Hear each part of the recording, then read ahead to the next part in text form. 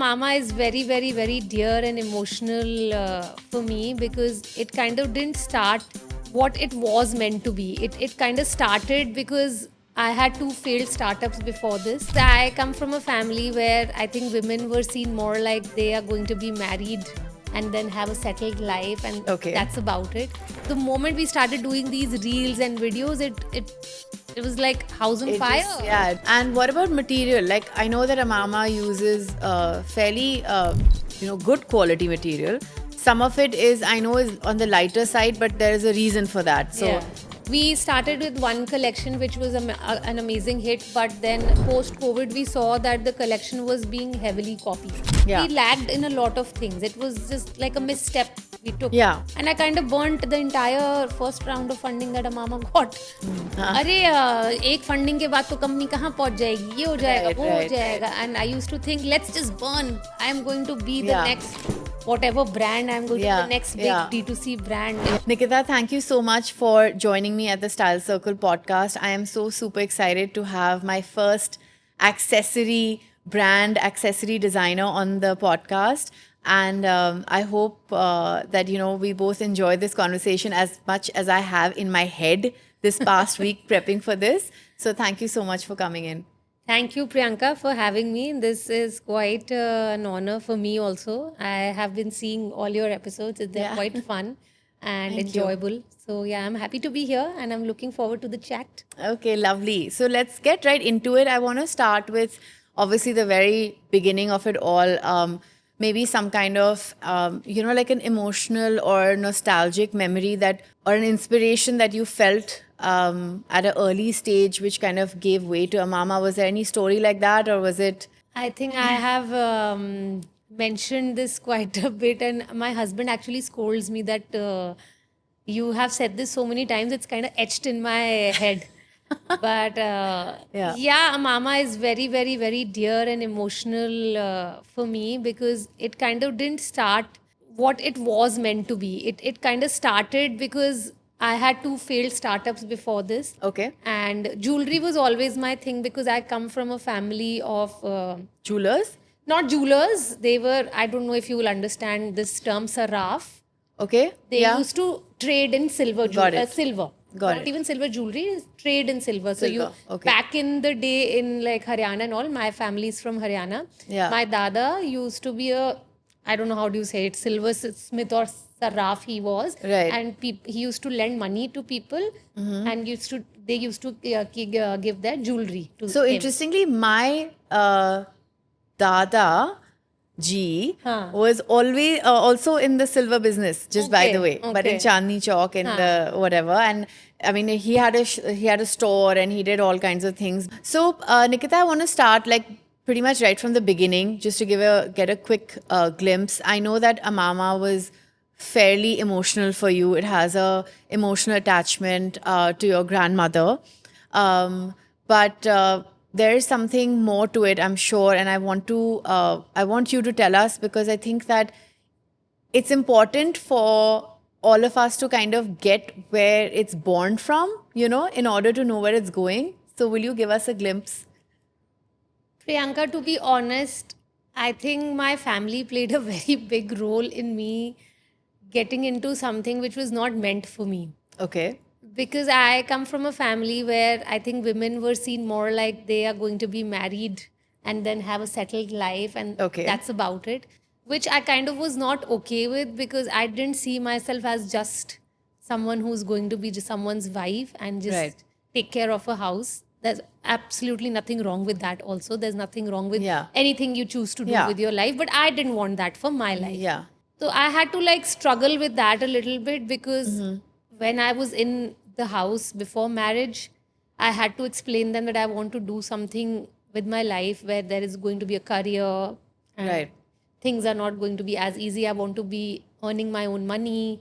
And then for them to help me choose a guy, because that was also another big criteria for my family, to get married at the right age and settle with the right guy. So I said, if I marry someone who does not understand my aspirations in life, then also it's going to be an issue for you as well, not only me. So how do you plan to tackle that? Then we have to think Yeah. of the right guy Right, for me right. who understands that I don't want to only take care of his house and him.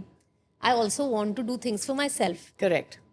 So then there was this whole struggle about where will I, who is going to be that guy. But touch wood, and thankfully, I did end up marrying someone who understood, and the family also understood that I have more than just being a housewife aspirations in life, and I Yeah. want to do things. But that's lovely. I think that's really great because Yes, it totally It's- worked yeah. out. Yeah, because I have done few stints and I did few jobs where I got the experience I wanted. Yeah. And post marriage, I wanted to not get into those jobs again. I wanted that I should now start because Something of the your own. more I delay, Yeah. the more I will get comfortable in this Right. life and might not get into it. might end up as a housewife after all.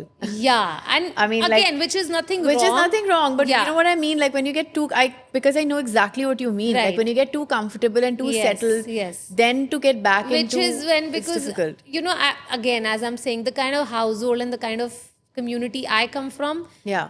it's also like when people like us start working, it's seen more as a hobby, which was something Yeah. I also faced when I initially started doing my Yeah. other things which were not working out. People thought, ठीक है, बच्चा होने से पहले time pass कर लो, क्या होता है, ये सब कर लो, कोई बात नहीं, अभी बेबी शौक होगा के लिए फिर कर लो, busy कुछ हो करना जाओगी. चाहिए. In fact my own parents used to say, हाँ बेटा बिजी तो रहना जरूरी है ना, बिजी तो रहो, Oh God. बिजी There रहने have के to लिए be कर लो. T-shirts for this.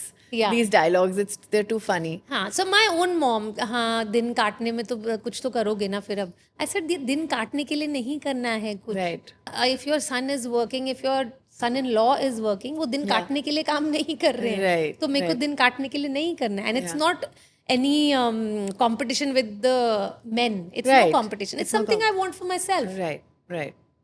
So I think the whole fire and thing of that I have to do it, I want to do it, I will do it, came Right. from there. And somehow it also worked out, because if it would have not worked out, it would have again been कि time waste कर दिया, पैसा waste कर दिया. Right. That is on another stigma at the back of your head. Another because guilt you you carry. also start thinking, na, what if I put money in this and I It take fails. money from someone, or if I have saved money also, which could have, they will then blame me, could have gone to some other use, you have Yeah. wasted the money. And you've had 2 failed startups. Yes, and I've had like So- where I was doing things and getting out of the house every day, to which also I used to hear, हाँ रोज बाहर निकलने के बहाने चाहिए, कुछ ना कुछ होना चाहिए कि बाहर निकल It's सको tough. Rose. It's tough to hear those. Yeah, but I think you have to be just patient with all of this, and it ultimately all falls in place, I feel. Yeah, I mean, it obviously has. But we want to also now, like, now that you've had that moment, you know, and you grabbed it, right? You pretty much grabbed it and made something out of it. So what we want to know is ki, why jewelry and how jewelry? How come jewelry? Jewelry happened because, as I said, that my dada dadi were into trading of silver jewelry and Yeah. silver, and I used to see like hordes of silver jewelry since like childhood with Yeah. them, and I used to get really fascinated, and me being the only granddaughter, Oh, and so then a lot of that. has been passed on to me. Nice. And touchwood, I have been very lucky that way, and I have really tweaked a lot of those things and made stuff for myself. Obviously, it's not available on a mama. It's my precious. Of course. It's like as precious as can be for me. It's my dadi's nishani, who's no more. But yeah, she really made me think that I should think of doing something Something. in jewelry only. And by that time, because my one of the startups was around exploring markets of Delhi, and obviously I would have gone beyond, and then curating them and putting them on a blog, Okay. which also picked up very well, and the response was very good. But there was this gap that people started talking about, was that why are you just telling us about these shops? We also want you to sell stuff from this shop. We don't Okay. want to go to Paharganj and all.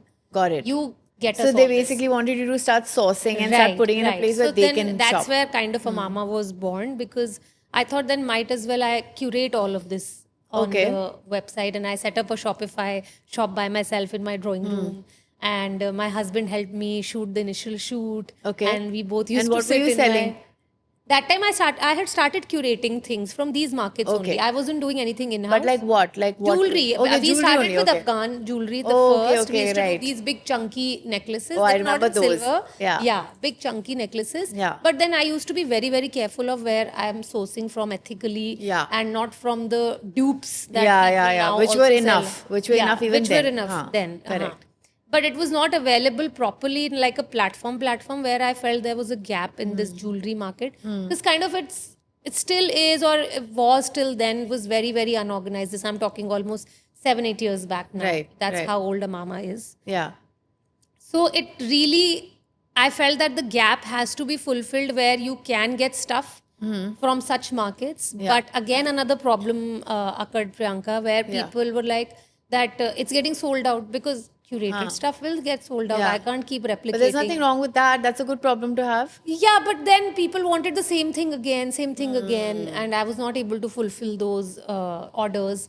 So then that is when the whole idea of that I will have to take this in my hand and start manufacturing.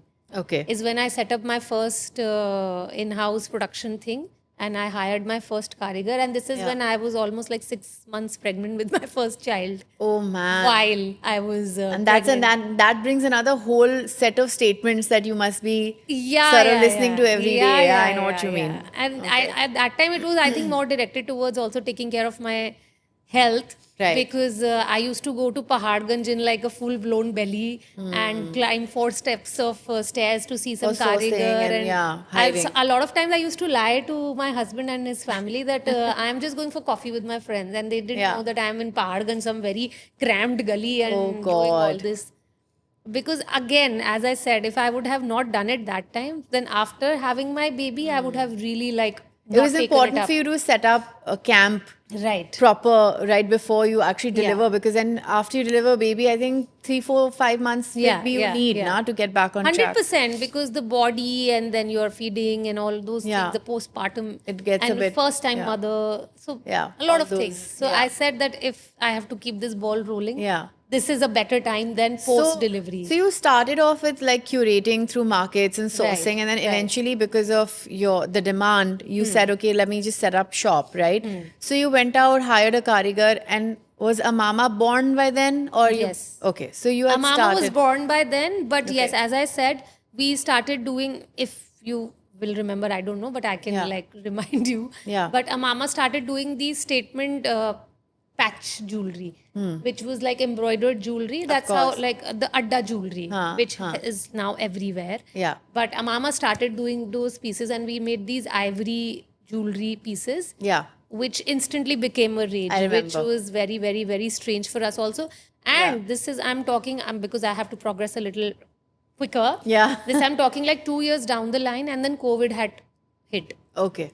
And this COVID hit, and we were launching this collection. And this is not like a collection launch or something. This is like me and maybe 2 more people in the office. Very small team. And now I'm sitting with 9 karigars and 2 people in the admin team, and sitting with the whole bunch of sales, of course. Hordes of jewelry we are sitting with. Right. Yeah, and this is when COVID hits, and we are very worried.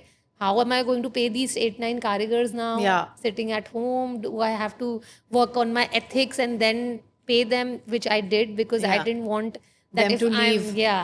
Because we all saw what happened in COVID, with especially the daily wage workers. Of course. So you kept them on throughout the time? We kept them on throughout, and luckily it happened so that I had a box of jewelry lying in my house while the lockdown happened. So you could shoot it? Yeah, but I had not thought of it then, Priyanka. This just happened. So, and we started seeing all the sudden birth of content on Insta, and Reels had just started during COVID, and we started seeing that boredom is making people do these things. All these things. And that time I was only one child mom. Who was also like 2.5, 3 by then. So I said, Varun, you will have to help me. Varun is my husband. Right, of course. And maybe I start doing this, and let's see the response. And oh my God, I think it just happened that the moment we started doing these reels and videos, it was like house on fire. It just basically took off. And how, and I was seeing orders which I had not seen in like a regular time, and So then I how was did wondering. you? I want to stop you there because how did you sort of like? Obviously, you're scaling pretty automatically here, right? Because you're saying that you had a box of jewelry at home and you guys just started doing reels for fun. Right. Ki like kya kare, Right. baithe baithe kuch Right. karna hai types. Right. And you started doing that, and then it became a rage, and you started getting orders. So now, during COVID, how did you manage that? Like production, sourcing, karigar, So maintenance. I all think that? initial 3-4 months or 6 months there was absolutely no work when. So that for that much I had enough inventory which we Okay. had made earlier. Okay, lovely. So the moment orders had started coming, You could fulfill them. lockdown had started easing, and we started fulfilling those orders. Okay. And then we started obviously production also. And by then, Amama had already become 2 years old, but obviously the scale wasn't such. Right. But like Insta numbers jumped up, and Nice. the reels started performing. Yeah. The traction increased. So all that showed in the numbers that we were getting in terms of orders. Okay. And obviously by then I had started showing a little. I'd started experimenting a little with performance marketing, about which we had only heard till Yeah. then. Yeah. So yeah, this was kind of the beginning of Amama. So when now you're going through this surge and you're scaling automatically, all of that, at that point, what were some of those big decisions or important decisions that you may have taken that today you feel like, thank God I did that, otherwise we would have, not made it, or we would have had a big loss? Again, Priyanka, because a lot of people now also ask me that we want to start, how can we start? And I always tell them that COVID gave me that push. Okay. Because I would have otherwise been in a comfort zone and not thought of that I should Get start out there and making these reels. make these reels or videos or content for anything. Yeah. And maybe the Amama would have not been here where it is. Yeah. So it has a lot to do with the step I took in terms of making this content. And I think another step would be to introduce the performance marketing thing when... How I early? think How early do you think people This- should start using performance marketing? after you have established a content thing on your Insta page, or if that is your medium of selling, Yeah. if you're a D2C brand, you have to give it your 100% first in terms of making content. Of course. At least 2 years or something, build an audience. Then only I that's what I tell everyone is when you should be jumping into performance marketing. Performance marketing. And talk to me about your social media team and building a team, because this is something that, I just see everyone who is doing really, really well has a very good hold on their team. And by hold on their team, I don't mean like they're holding It is on all the about team. the team. It But is you know all what I about mean? the team. I can't emphasize on this enough. Yeah. But Amama is what it is because of the amazing team I have, Yeah. which has been built over the years. And as an entrepreneur, I think your thing is only to build a team. But how do you do that? Like, how do you, for example, for jewelry brands who are looking to start, where should they go and look for karigars? Karigars, you have to just find one, and then they themselves bring. They more start and more. talking and Yeah, they start. Yeah. Okay, so karigars, you have to find one, but Yeah. like, for someone who's just sitting at home and making it themselves, where do they look? Where do you go out and look for these people? I don't know exact location. I don't know. I found one of them in Paharganj. I don't know, even remember how I found my first guy. Yeah. I think it was some via someone that you find someone and then they tell you True that referencing and true whatnot. references and all. Got That's it. how you find someone, and if that person fits, then he will only bring the whole team. He'll bring them all. Okay, Yeah, great. yeah. And what about material? Like, I know that Amama uses fairly, good quality material. Some of it is on the lighter side, but there is a reason for that. So Yeah. I'm It's definitely the price point. price point, and also the fact that you can't wear such humongous ones if they are Right. going to be the weight you think you Right. want them to be, Right. right? So that I understand, but I feel like mostly Amama uses quality that is decent for costume Right. jewelry, something that will last you longer and won't Right. tarnish. So where does one go sourcing? Like, if somebody who's exploring jewelry, where should they go? Every city has its own wholesale market. At Delhi, Right. everyone knows about Chandni Chowk, Right. which has now enough of finished good also, and wholesale. So we all know exists in Chandni Chowk. Yeah. But yeah, that is the first step we all took. I used to go with my karigar Yeah. looking for the right kind of bead, the right kind of zircon, what Yeah. we want to put. And if some design has happened on paper, then we need to have a lot of extra material to do the sampling, Yeah. because this will happen, this will happen. But yeah, initial R&D You is have to very go out. tough. You are always second guessing yourself. Of course. कि ये मैं कर क्या रही हूँ, ये निकल के Yeah. आएगा भी कि नहीं आएगा. Yeah, and with jewelry, it's actually also because you really do have to wear it. It's Yeah, not just like, yeah. clothes. The one thing you can do with clothes, you can drape it a little bit, pin Yeah, it a little bit. yeah. Jewelry will sit and stare at you. Also So, with jewelry, because we're talking about metal, we're talking about things that are going to be in touch with Yeah, your body with your and skin, your yes. piercings and all. You got to be more careful. you have to be more can't careful. just And so do what about anything. Turkman Gate? I believe Turkman Gate also yeah, has a lot Turkman of has a lot of metal work. Yeah. So if you're looking for more raw material and more metal related work, Turkman Gate. So between has. Turkman Gate and Chandni Chowk, you think any Yeah, UP different components happen in different markets. Okay. Like all your bead work and everything. There are better shops, obviously, in Chandni Chowk. Okay. And Turkman has more of metal work. So Nikita, what about your own personal style? Like how much of amama do you wear? And when you're not wearing amama, how do you style your jewelry? I wear a mama, of course, a lot. And if I'm not wearing a mama, I'm wearing what I have in terms of my real jewelry. Okay. And I think my style is going to be somewhere between like a maximal to minimal. There are days I just want to wear a pair of earrings. But as I said, I love layering necklaces. Yeah. That's something I really enjoy on everyday basis also. Yeah. And if it's a wedding or an occasion, then also. So that's my biggest thing, layering.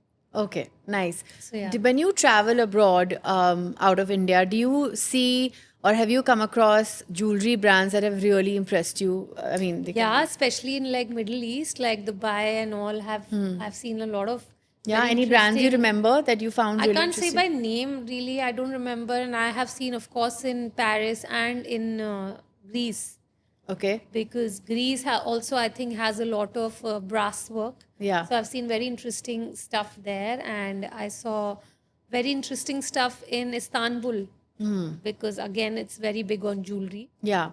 Yeah. So Grand Bazaar and all had very Yeah. interesting. Very interesting stuff. Right. Yeah. And Paris, of course, I Yeah. have seen very interesting, cute boutiques doing very interesting stuff. Okay. But you don't remember any of the brands I specifically? don't remember brands name. So we were talking about markets, how you used to explore markets and curate from them. Today, if you had to go back to those markets, where would you go for picking up some fun jewelry? In Delhi. Again, I think Paharganj, Chandni Chowk is where you have the unorganized sector still. Because if you go to any other market, they're all more brand, established brands. Okay. So again, I will go. But now I would want to really explore beyond India. Yeah. So yeah, Yeah. as I said, like an Istanbul or even a Paris, I would really want to explore More options there. Yeah. Right. Any kind of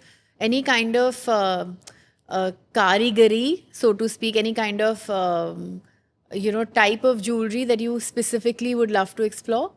I mean, it's all handwork that they do, and then of course a lot of fabric play, leather play people do now. A lot of things people do, Yeah. like glass Yeah. jewelry and Yeah. things. They really, it blows me away to see what kind of things people are Yeah. doing and how talented. Yeah. Any talents that you've come across, maybe on Pinterest or Instagram Yeah, that you I love? have. I actually came across this brand which I follow on Instagram, and they do very interesting Meena Okay. kari work, but of course not the Meena that we do in India behind the jewelry in Rajasthan and all. It was the Meena work, but in a more European way. In European So way. the whole flower arrangement and everything had changed, but like bigger motives. Yeah. Very interesting Yeah. things I saw. And did you study jewelry designing? No, I have studied fashion retail.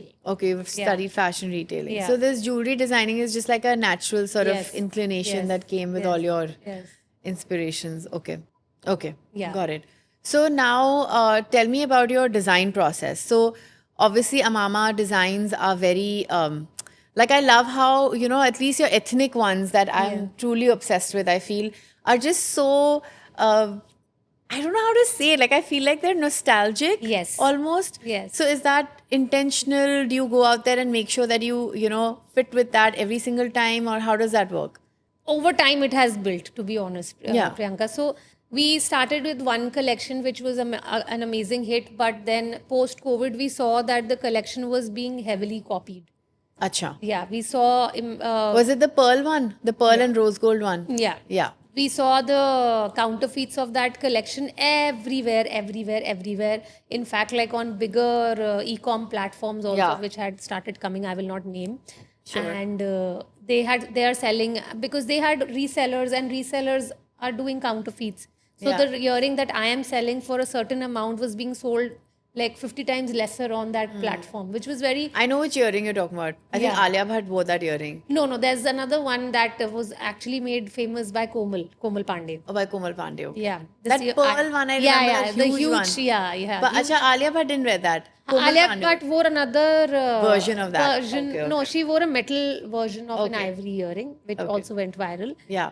But yeah, that really brought in a wave of Insta pages just taking our pieces and our that, because that time I also got like my first editorial shoot done. I spent money on that. Again, that was a big step. Yeah. I want to Because- circle back to that, but continue with this first. Yeah, so I did my first editorial. Then these pages are picking up those pictures also, and it used to really bother me. Now it does not. It does not affect me at all now, Why did it bother you then, and why is it not affecting you at all now? because I kind of have learned to maneuver first of all, and now I feel that first of all it feels nice. It feels a little flattering, Yeah. and I feel it's giving business to a lot of other people. Okay. Yeah. So you're being large-hearted about it at the moment. No, But, no, like, because what this is about- how the industry works. I mean, Yeah. one person makes and the other follows. Right. True. This is how the fashion industry True. or every other industry works. Yeah. So if I am being like a starter, so Yeah. I'm happy about it. And what we have started now doing is that we move on very quickly from one collection to another. That's what I was going to say. I think Yeah. that's been your weapon, Yeah. is your speed. Right. And your innovation, of course. Which So- obviously is really, really cumbersome back in the office. But to an audience, it looks like it's a very, Yeah. बस आ रहा है. बस जैसे आ रहा हम है. Zara में करते हैं, हम हर बार scroll करते जाते हैं, Something new, कि something new. something new. But there's a lot of back. So how many drops a year then? Lots. We do almost a drop every 2 months. Oh, really? Yes. And per drop, how many styles? 40 to 50 Really? SKUs, yes. Oh my gosh, So that's you a just lot. Yeah. Because I like to give a lot of variety because I like variety. And as I always see it from the point of view of me being a consumer. Consumer, the customer, Yeah, right? me being the customer, that you cannot just give them 20 styles and expect. And in India, we're a demanding audience. Yeah, We it's a want tough more. audience, Yeah, for we sure. want more. But tell me, like, so does all the designing start from you? Does all the designing start on The paper? conceptualization starts from me, not Okay. really the designing, because I'm not sitting anymore and doing it on paper. Okay, There was a time I was doing that, but not anymore. yeah. But the concept of what is going to come from next 6 months from now starts from me, which is Okay. then discussed by my brilliant design team. Yeah. And then I think the only way of doing this is that you have a team which just understands your concept. Your brief, your initial concept, yeah. right? Which they do beautifully, and then what comes out is something that I say, oh my God, this is what I was thinking. Lovely. This is what was in my mind. How cool is that? Like Yeah, without touch having wood, to, yeah. that's so good. So, so you have basically your own personal mood board that you present to your team, and then they kind of sort of lead but the we way. do a lot of talking before anything. I mean, of goes course, there into- has to be brainstorming. You can't just yeah. show your mood and board we and walk also away. Of now, course. because we have experience to go back to. Right. What has worked in the past in Right. these 8 years, what Right. has not worked, what collection didn't perform at all, what is performing way more than we expected. Because Yeah. this happens all the time. I'm sure a lot of people who are in D2C brands are going to agree Relate with to me. this, yes. Yeah. That most of the times every collection launches, I have some favorites which I say these are going to perform for Yeah, sure. yeah. And they don't. And they don't. And the ones I say, isko to kaun pehenega, and Bestseller. they become a bestseller, which is very funny. Yeah, It's yeah. damn funny for me. It is, I had Payal on my podcast. Yeah, She was my yeah. first guest, and she said she has a running joke in Right. the office Huh. between her and her mom, where they say that if my mother loves it, I'm not going to make it. And sometimes it happens that if I love it, it doesn't sell. Right. So it's such a process. Yeah. It's quite a, hit and trial, and you just for never sure. know. You just can't tell till you actually maybe hold a focus group. I don't know, but then that also will not help because there's so many layers to. No, you can't. We have come a little far from that. Yeah. But because now we have offline stores, they kind of act as that only, na? Huh. And they help us understand because also the online audience and offline audience are very different. What is performing online is not performing offline. What is performing online according to you? Like what The lower, in terms of features? lower price range Lower price performs range, okay. online. Like our bags are higher range because they're completely handcrafted on Right. Adda and all. Takes a lot of hours to make. Right. They sell better on offline because maybe people want that touch and feel Yeah. situation, and women want to try and buy. Also, it's easier to put in 1200, 1500, 1800 wala, 2500 wala price point versus the 8, 9, 10, 11. Yeah. You yeah. feel like you don't Yeah. know how it's going to be. And Right, then again, the right. whole process of returning and all is Right. still a process. Yeah. Though there's so many people who've simplified it where they can come home and pick it up and all. But a process is a process. Process is a You and I process. know how many delivery guys call us Right. a day. Right. Process is a process. It's just that, I think. But is there any other differences? I'm just curious, like between online and offline, do you think there's, apart from price points?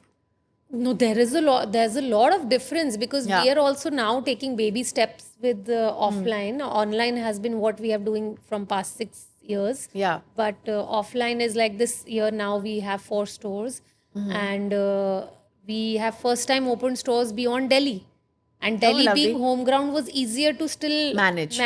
Yeah. Now managing a store in Ahmedabad and in Mumbai, it's something I didn't even anticipate is going to be that tough. Yeah. I used to think I have a great team and we are also Yeah. good. Everything is going to work Yeah. out, but we kind of were crumbling with every With aspect. the store openings. Yeah, because but okay, I think that it's again like slabbed, right? You had a bunch of learnings right in the beginning, then you peaked, and then now you have to peak again and then peak again. Yeah. With So- offline, it's a new journey altogether. I don't know a lot of things with offline, and I'm going to slowly understand. But Slowly get like it. building a store and getting the right space, first of all, is the biggest task. And online, you have opened a shop and then showing it to the right audience is the biggest step. So online and offline have their own set of challenges. Even if you are in the right mall or right area in a city, but how will you get the audience to come inside your store is a very big thing. I think you've done that right in Delhi, is that you don't have a walk-in. You just have a display out, like a corner store, almost like a corner stall. So they actually don't have to walk in, which is quite we're clever. also kind of trying to make this thing that maybe if we are closer to Zara, it will be helpful. That's a great tip. Yeah. That's very cool. Yeah, it will help because it's also because a mama also I feel in a jewelry section can be an impulse buy. You always don't plan and come to buy jewelry. Yeah. You might just be coming to buy that it's my birthday or it's someone else's birthday. I want to go pick up a dress. Or you see something while walking which just catches your eye, which and it does. you will think that, oh, dress is done. What do I put on with my earrings? Or what if I want to wear something in the neck? Yeah. So then you just pass by and you can say that, oh, let's just quickly check it out. I think that's one of the smartest things I've heard, saying that, let's place it next to Zara because that'll automatically get you the walk-ins and we walk-outs. all understand consumerism is a thing, Priyanka. And if Zara is somewhere, the maximum audience is being tapped by a mall. Right. So might as well. Makes sense because the Promenade Mall store is right opposite Zara. Yes. Which is amazing. Also in front of men's section, which I feel is even better because in India, men don't shop. Women shop for men. Every woman is going to shop for the man of the house. I don't see men in the men's section hardly. I mean, things are changing, but I know what you mean. I feel like men now are definitely... I think maybe the Gen Z must be the millennials, though I don't think. I, in fact, think the other way around. Like, Gen Zs are such online shoppers. They only care about, this shirt looks cool, okay, I'm done. I don't need to. No, but in Gen fact, Z is more conscious that if they will even make an effort, they might just go. Millennial, I think, is going to be more like, you bring it for me. If you are going, then just pick up something for me. I'll wear it. It's layered. And this is how men are in my house. Yeah, it's layered. Yeah. It's layered. But that's so, between, how many drops did you say? 20? 20 what? No, how many drops a year did you say? I mean, if you do 6 to 7 drops, we do easily. Every 2 months, you every said, 2 na? months, So yeah. every 2 months, about Yeah. 6 to 7 drops. Yeah. So what about like lead time, production time? How does that? Oh, that's that will need another 2 I've touched a hours. nerve. Yeah, it's going to need another 10 hours of conversation, I think, which is God. also less. That's a tough one to understand, Priyanka, and I'm also struggling still because supply chain, I think, is what you have to nail with a D2C brand to really scale. But I'm also still struggling because we have to anticipate how much to produce with one collection before we launch the other collection. Yeah. So that the focus doesn't shift. Right. And if certain pieces are still lying in the inventory, how will you liquidate? Because inventory lying down is also your money It's blocked. the worst, yeah. Is your money blocked? Dead stock, right? Yeah, not really dead stock, but Yeah. like it could have been money in the bank, but it's a piece in the warehouse. Warehouse, right. Yeah. So we have to do that kind of calculation and understanding that how many to make, how quickly to sell, will we sell it on a So have you discount got a or formula?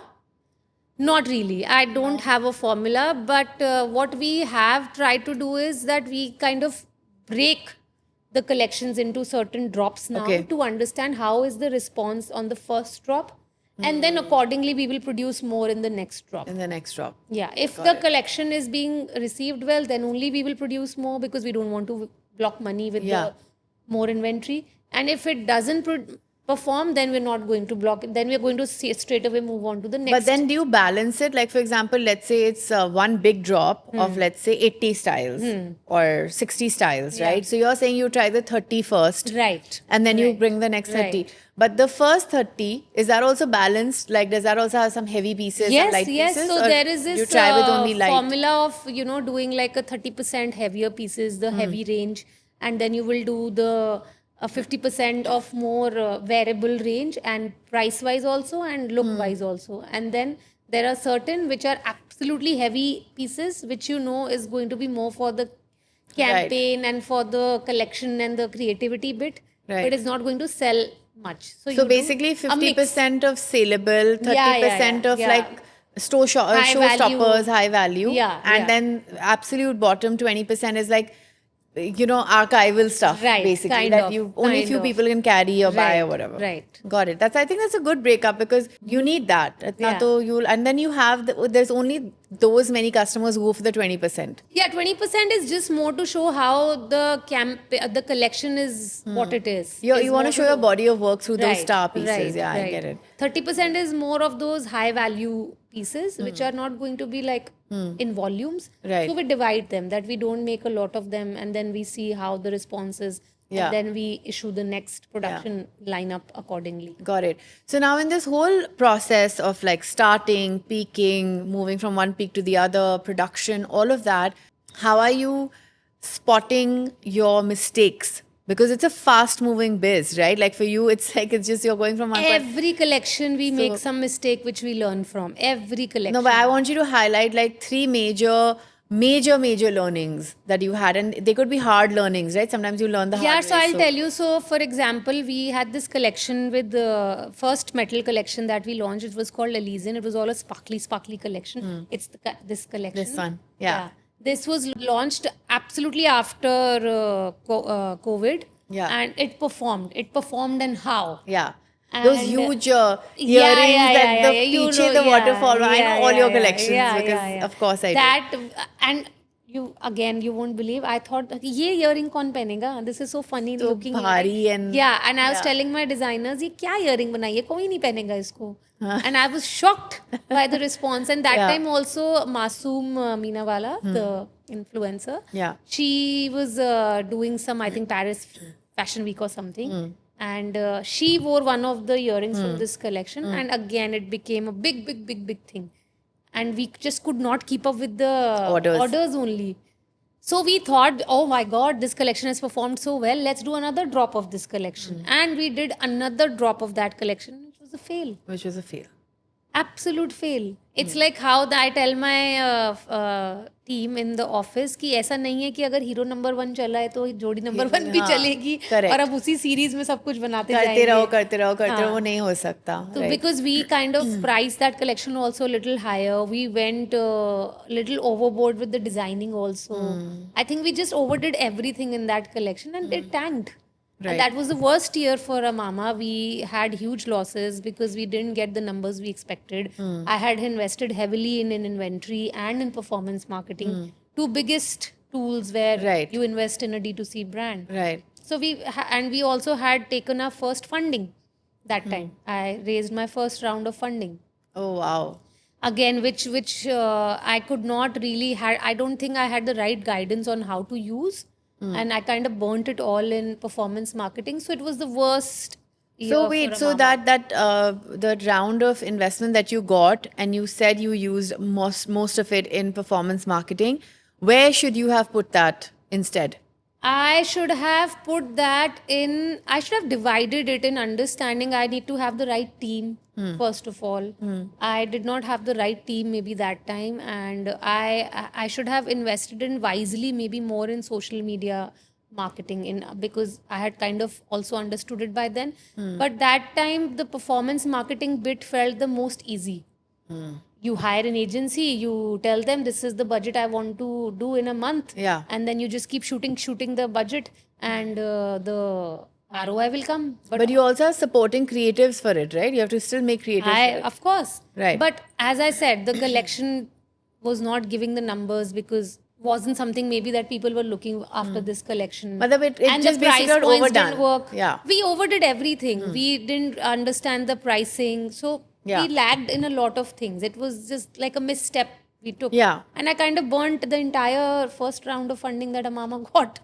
So that was a very, very, very big learning for me. And you know how in Insta now that reels are so prevalent and you see and influences your everyday thought of chain of thought and you feel कि ये जो बोल रहा है वो ठीक बोल रहा है. अरे एक फंडिंग के बाद तो कंपनी कहाँ पहुंच जाएगी, ये हो जाएगा, वो हो जाएगा. And I used to think let's just burn. I am going to be the next whatever brand. I am going to be the next big D2C brand. Burning is no problem. You don't need profit. But then I sat down and understood myself that I come from a business family and a very traditional business families like. And when they don't do D2C or anything like that. Yeah. So how am I doing this? How am I okay with not getting profit in the company? I can't do this. Right. So that's when we changed the gears completely the next year onwards. And so then you were able to get another round of funding. That is recent. I'm talking like 2 years back. Okay. So now you've successfully raised your second round. Yes. And but so now because we had successful 2 years is when the funding could come. Of course. That is because we showed profits, we showed better MIS and balance sheets. So which is why the second round came in. Second round. So now you're going to be bifurcating your investment to figure out how much you want to put in inventory or how much you want to put in R&D. Also, I have, as I said, I'm working on a better team now. So I have really worked on having better people. When you say better people, like I want to know how do you identify an Amama DNA in the newbies? Like for example, let's say you have 5 interviews lined up, right? How do you identify that out of those 5, this one's got it or these 2 have it? How does that There is no way to tell, Priyanka. There is no... कुछ तो होगा, कुछ नहीं, तो कुछ नहीं होता. You have to like hire, you instinctively maybe understand, you see where the experience they're coming from because we're not hiring freshers at the moment. Right. In certain departments. Right. We want experience to come in play, especially with D2C, where they come from. In certain departments, we want that kind of experience because I also don't know a lot of things. And I'm also relying on their experience. So if I will hire a fresher और वो और मैं बैठ के तो दिन में तारे ही गिन रहे होंगे. So when you hire, like what impresses you? Like if somebody who's out there who wants to work for Amama today, like let's say they want to apply for a job at Amama, what department, let's start with what department is where you need the maximum amount of help? Every department. I think right now merchandising, supply chain needs the maximum help in Amama. Yeah. And what will impress you? Someone who can help me understand how to do this inventory planning. Like, but somebody maybe who has worked with someone before. Yeah. Or, like there must be some kind of like a, I mean, because in college when we used to study supply chain of Zara. Like in college, because I've studied fashion also, this is what our professors and all used to tell us, that Zara is what it is. The because king of supply chain. Supply chain. Right. So if you have cracked supply chain in your business, you pretty much have nailed it. Right. And as I'm progressing in my business, I am understanding that is really the toughest part to nail. Part. So that is something where we also struggle still. Yeah. But maybe 2 or 3 pointers in an individual that you feel like if they have that, then a mama will hire them. Oh God, this is, I don't know, yaar. I really feel the only thing that a mama would need or I would need is the drive to work. That's all. Then you can do anything and everything, because in a mama we don't really, if someone is hired for certain thing and they say I'm also interested in doing the other thing, I am really open to it, and we really work like that. Okay. Yeah. So you want like the roles to be sort of shuffled a bit here and there so that you get if people. It's according to the person who's coming. Okay. Yeah. And what about interns? Are interns welcome at a mama? Absolutely. We have interns in design and in social media primarily. And you interview them yourself, or you leave it up to the team to just get the them? Team, because now we have team leaders for every department. So it's their thing to interview and have your own team. So back when you said, like, when Amama was about only 2 years old, you had 9 karigars and 2 managerial sort of staff. So that's 11 not including you, so 12. And now you're at? So now we're a team of 105. Wow. And we have around 60 karigars and an admin department of around 40 people. Wow, that is quite a jump. Yeah. And you're not managing all of them, I hope. You have someone to manage this, or are you we have an HR department now. Okay. Thankfully. Because that's another story, right? Yeah.